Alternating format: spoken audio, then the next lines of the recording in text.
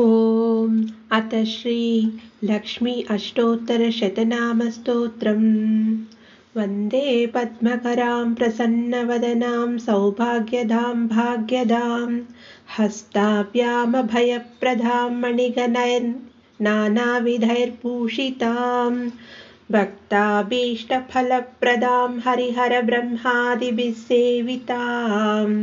पार्श्वे पङ्कजशङ्खपद्मज इति विरुक्त्यां सदा शक्तिभिः सरसिजनयने सरोजहस्ते धवलतरां शुकगन्धमाल्यशोभे भगवति हरिवल्लभे मनोज्ञे त्रिभुवनपूतिकरि प्रसीद मह्यम्। प्रकृतिं विकृतिं विद्यां सर्वभूतहितप्रदां श्रद्धां विभूतिं सुरभिं नमामि परमात्मिकां। वाचं पद्मालयां पद्मां शुचिं स्वाहां स्वधां सुधां धन्यां हिरण्मयीं लक्ष्मीं नित्यपुष्टां विभावरीम् अदितिं च दितिं दीप्तां वसुधां वसुधारिणीं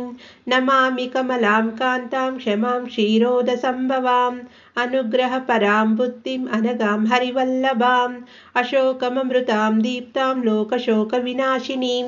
नमामि धर्मनिलयां करुणां लोकमातरं पद्मप्रियां पद्महस्तां पद्माक्षीं पद्मसुन्दरीं पद्मोद्भवां पद्ममुखीं पद्मनाभप्रियां रमां पद्ममालाधरां देवीं पद्मिनीं पद्मगन्धिनीं पुण्यगन्धां सुप्रसन्नां प्रसादाभिमुखीं प्रभां नमामि चन्द्रवदनां चन्द्रां चन्द्रसहोदरीं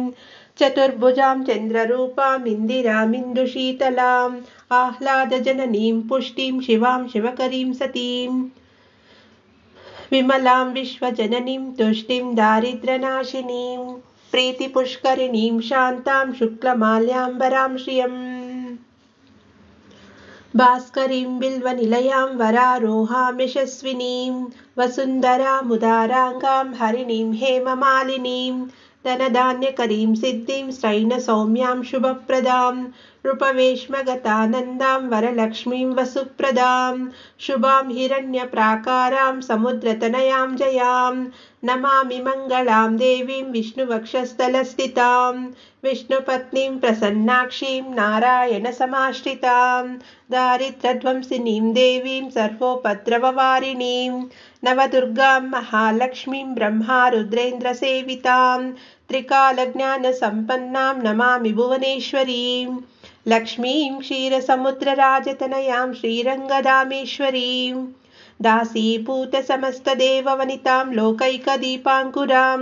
श्रीमन्मन्दकटाक्षलब्धविभव ब्रह्मेन्द्रगङ्गाधरां त्वां त्रैलोक्यकुटुम्बिनीं सरसिजां वन्दे मुकुन्दप्रियाम्।